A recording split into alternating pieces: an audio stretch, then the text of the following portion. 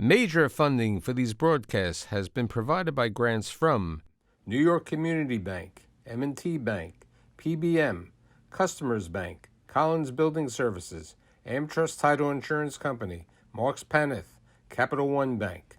Additional funding for these broadcasts has been provided by grants from Amerant Bank, Bank of America, Citizens Bank, Dime Community Bank, Douglaston Development Levine Builders, Flushing Bank, Friedman LLP, Handro Properties LLC Handler Real Estate Organization, Hodges Ward Elliott Inc., Investors Bank, James D. Kuhn Real Estate Institute at Syracuse University, John Catsimatidis Red Apple Group, Keysight Capital Partners, New Banks, Meridian Capital Group, Ocean First Bank, People's United Bank, RPW Group, TD Bank, and these friends.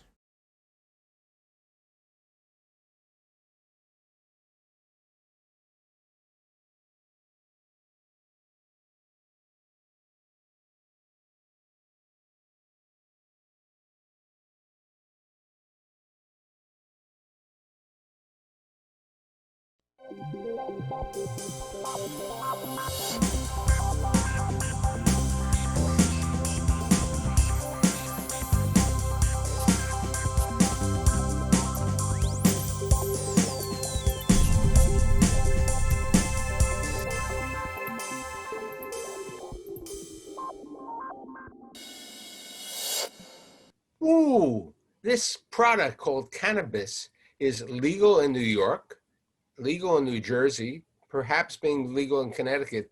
But what do we know about it? Not too much. You hear about cannabis, you hear about hemp. I have no idea. So today, with the help of my executive producer, Charles Messina, I've assembled this group of professionals to talk about a primer on cannabis. As I said, my guests include Leslie Hoffman, who is the cannabis industry OG. She'll explain what OG means in a second. And then we have Nagis Abibi, who is the Vice President of Public Policy at Columbia Care and also the President of the New York Medical Cannabis Industry Association.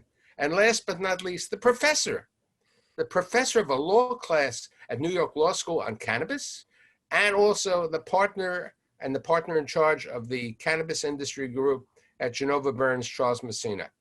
So Leslie, you are the OG. What is OG? And also tell me about 420. I like these different phrases.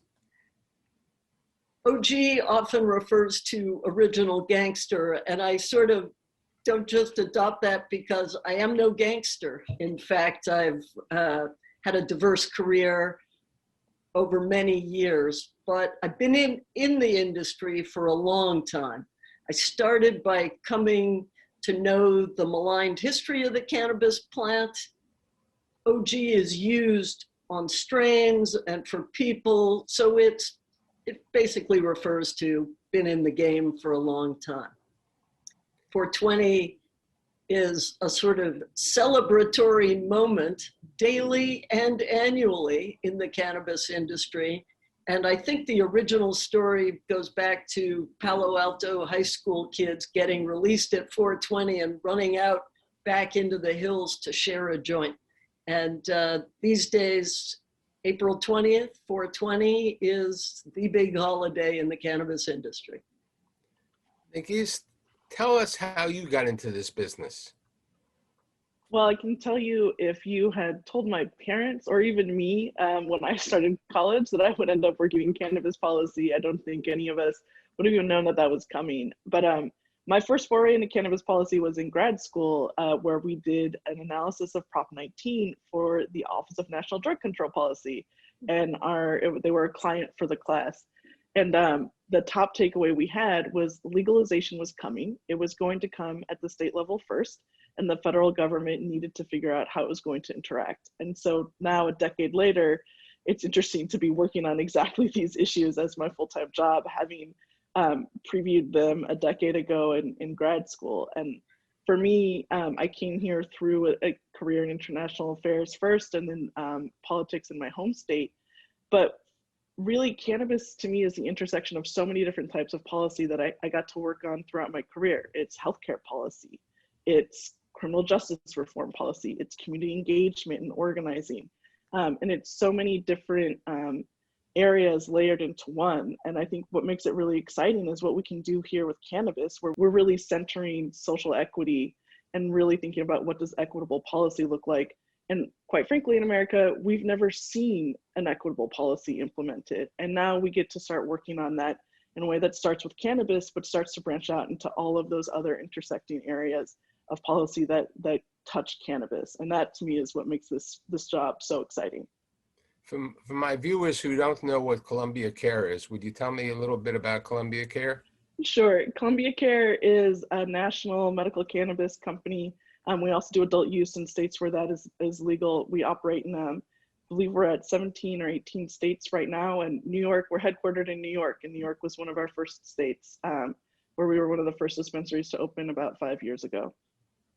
Now, according to your website, unless I'm incorrect, it said that you have one location in New York on 14th Street. Am I correct?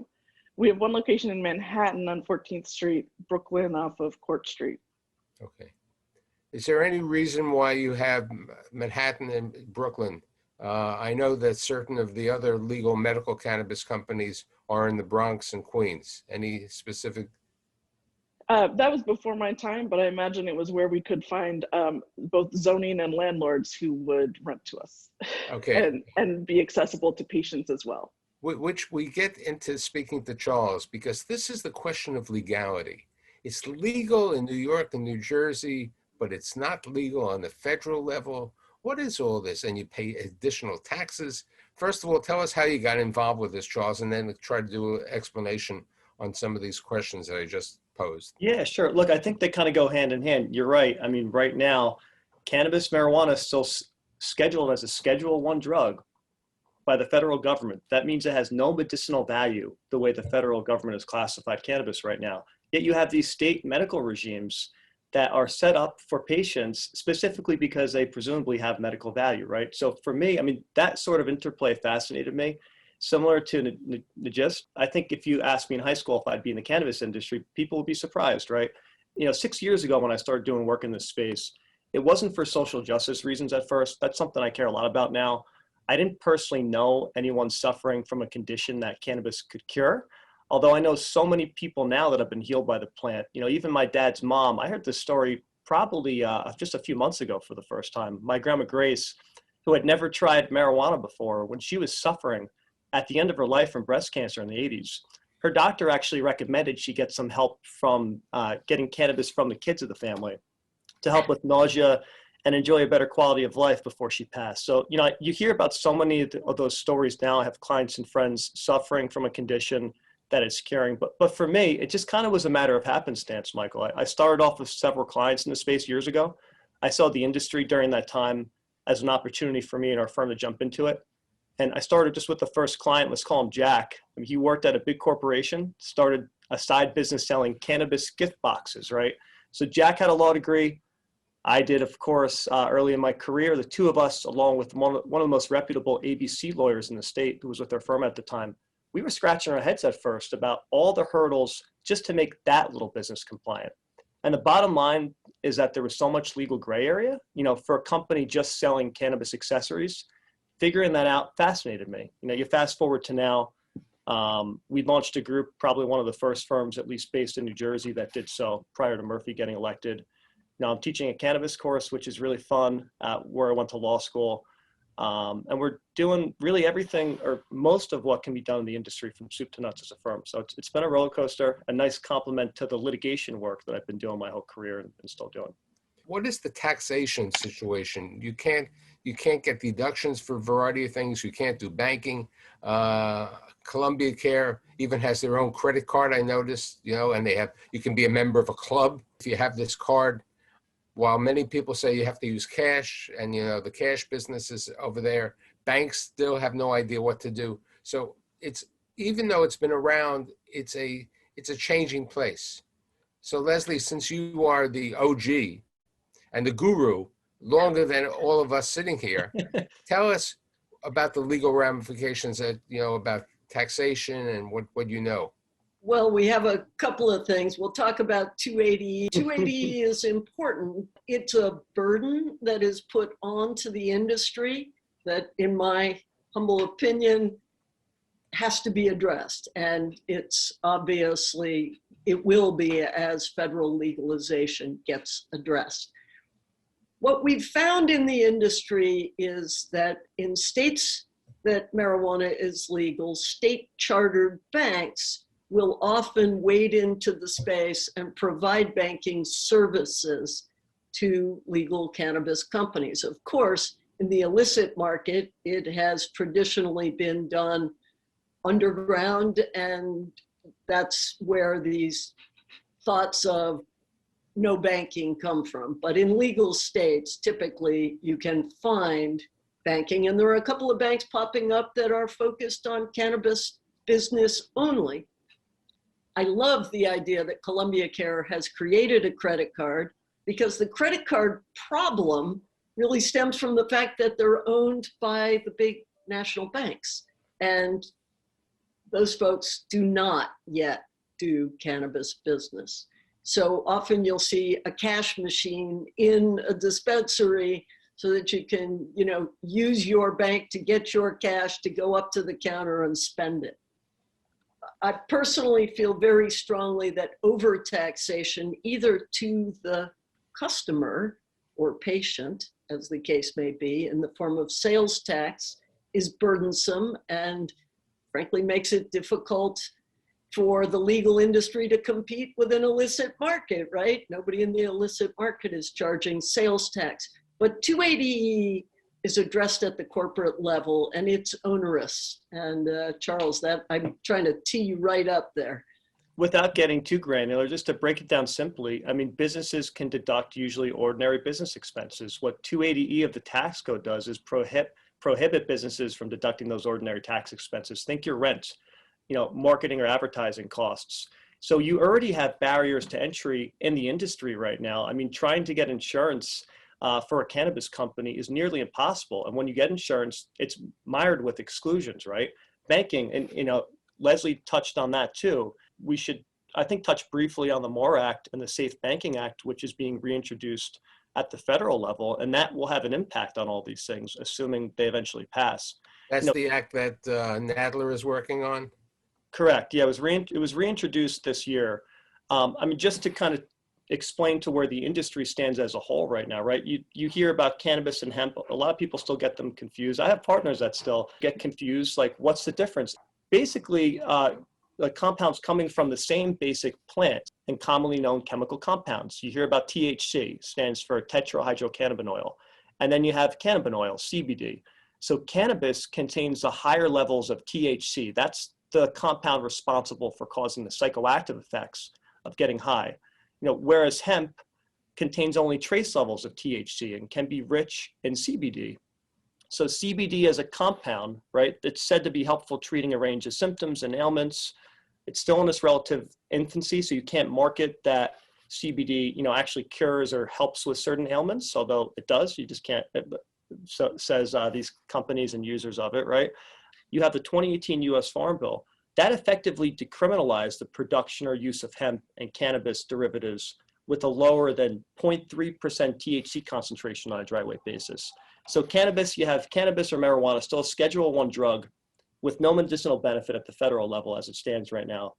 But, hemp CBD, legal at the federal level, still subject to oversight with the FDA, the Department of Ag. So the bottom line is we're looking at the same plant grown under different agricultural circumstances. They share many of the same strains, or different strains, but many of the same chemical compounds. Which states besides Colorado is Columbia Care very active in? Illinois, California, New Jersey now, New York, and actually Virginia, which has partially legalized some aspects of cannabis. Where DC was actually where we first opened up and won the first license many years ago. So we get to see a lot of different policy and a lot of different transitions. And I think that evolution of how different states have approached legalization is really, really key. I mean, California and a lot of the states in the West were really forward leaning and the first, to implement this. And that created different opportunities, but also different legacy problems and challenges that we see in other states. And now with Illinois, New York, New Jersey, and Virginia as the most recent tranche. I know I'm leaving some out. Alabama just legalized medical. Connecticut is obviously on the verge of legalizing as well. But with all of these states, we've started to see a shift from this is federally illegal, how can we minimize criminality, diversion, all of these things, which inherently left out people who had previous cannabis convictions of any sort. And a lot of those journeys didn't address the longstanding effects of cannabis prohibition around things like expungement, resentencing, changing criminal codes and things like that. Whereas when you look at Illinois, New York, Virginia, New Jersey, now you have equity in this concept of how do we restore and repair the harms of cannabis prohibition going forward. And a lot of the states that are legalizing adult use have legalized medical first. And so the other pillar here is how do we make sure patients continue to have access and don't just have continued access, but see improved access? Because a lot of folks are using this as a medicine, as Charles just mentioned, despite the fact that the federal government has not reconciled, frankly, its own policies, because the federal government also has a patent on cannabis for medical research purposes. Those two, I think, parallel tracks of how do we use this to restore the past harms and how do we ensure patients continue to have and see improved access and affordability are really some of the policy underpinnings in some of these transitions. I've read a number of articles which basically said that it's better for the consumer to buy from the black market than buy from a legal place due to the excise taxes and other charges. Who wants to explain that point? I'll jump in for a minute because I was referencing that very point earlier. I see the political realm being very eager to jump in and impose a lot of control and regulation, often of something they don't understand very well. I mean, even the legacy market has been unable to do a lot of serious scientific research. So we all have a lot to learn, let's say, but also the big money grab. And when you put a 30% tax on top of the base cost of a product, I mean, the gap is too big. I personally believe that we need to lower the bar of both entry into the industry and access to the plant. And pricing is one of the things that provides access. Obviously, testing is key if you're selling it. What is proposed for New York and New Jersey with regard to taxation on the products? Because right now you only have the medical marijuana in the states, but both states have approved it. And we'll even start with the fact that in New Jersey, at least, which I have worked in, medical patients are paying sales tax. Like, that's not the way we do it, right? You go buy medicine for any other ailment, you don't pay sales tax.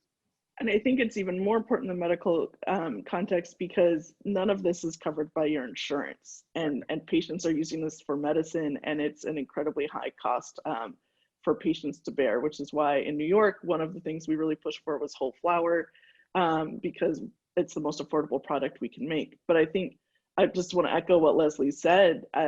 There's a big push around these taxes, and I think California is a great example of how when you have very high, very complicated tax structures, all you do is set up the illicit market to continue thriving because the legal market can't compete. And that's bad, not just for the community level, because you're missing out on tax revenue that you could be collecting to fund community reinvestment and other priorities.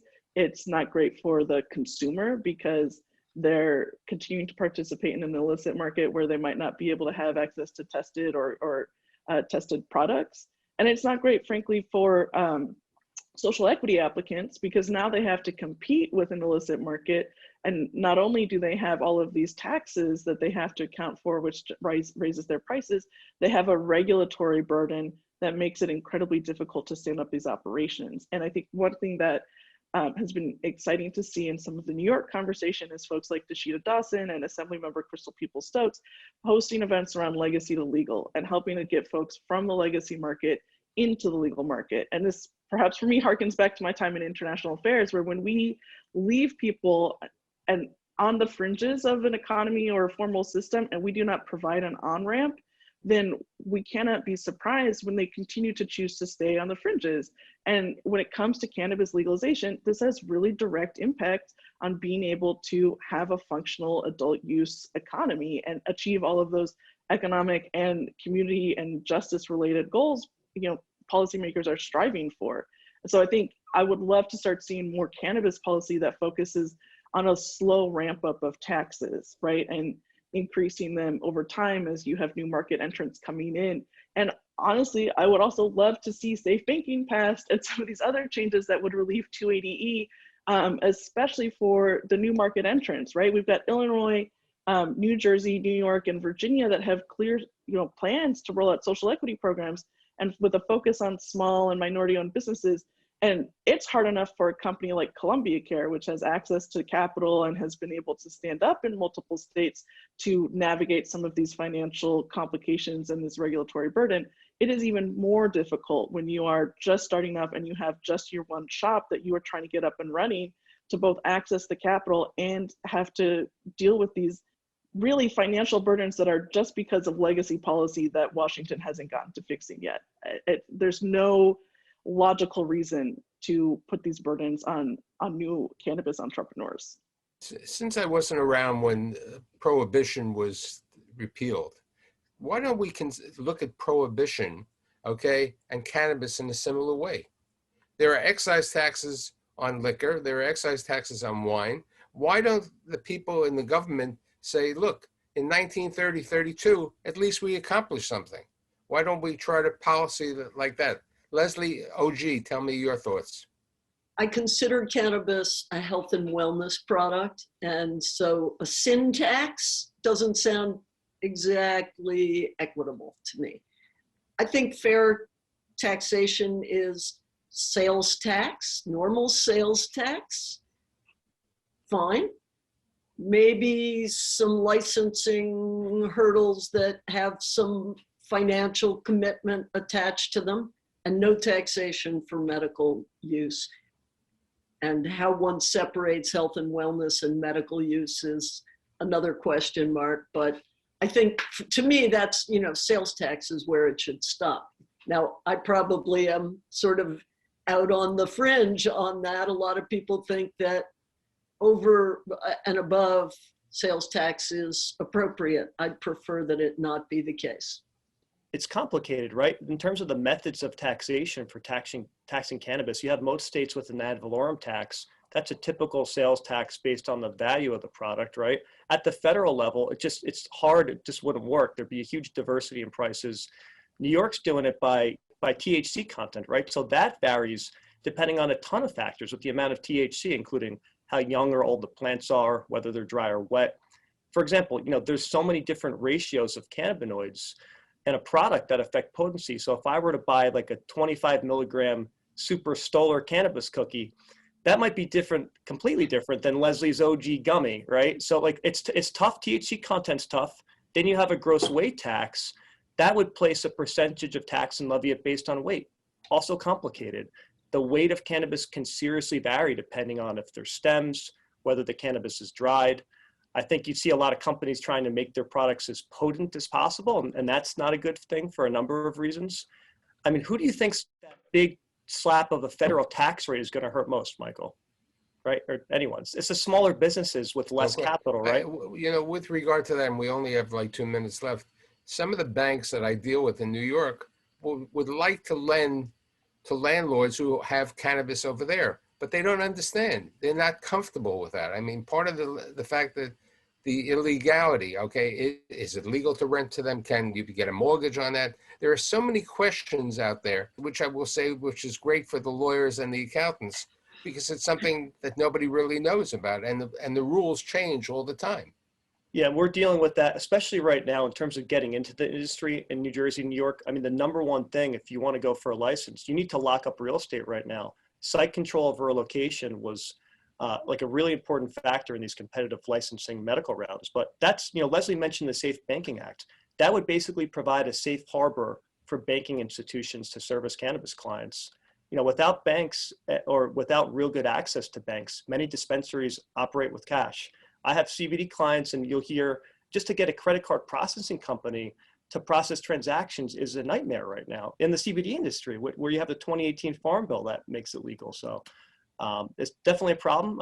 These new introduced pieces of legislation will help, but as we've talked about, I think you're going to see also some negatives in terms of impact on smaller businesses and the consumers ultimately, and patients for the price.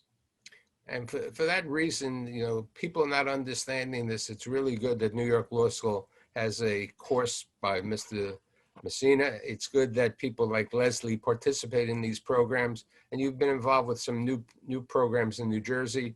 And did you guess it's good that public policy has gone to Columbia Care to follow up? And I'd like to say, I'm definitely going to have you back in September or October for the new season, because we didn't really touch the basics of this discussion. So I'd like to thank Leslie, Nagist, and Charles. I'll see you next week. Thank you, Michael.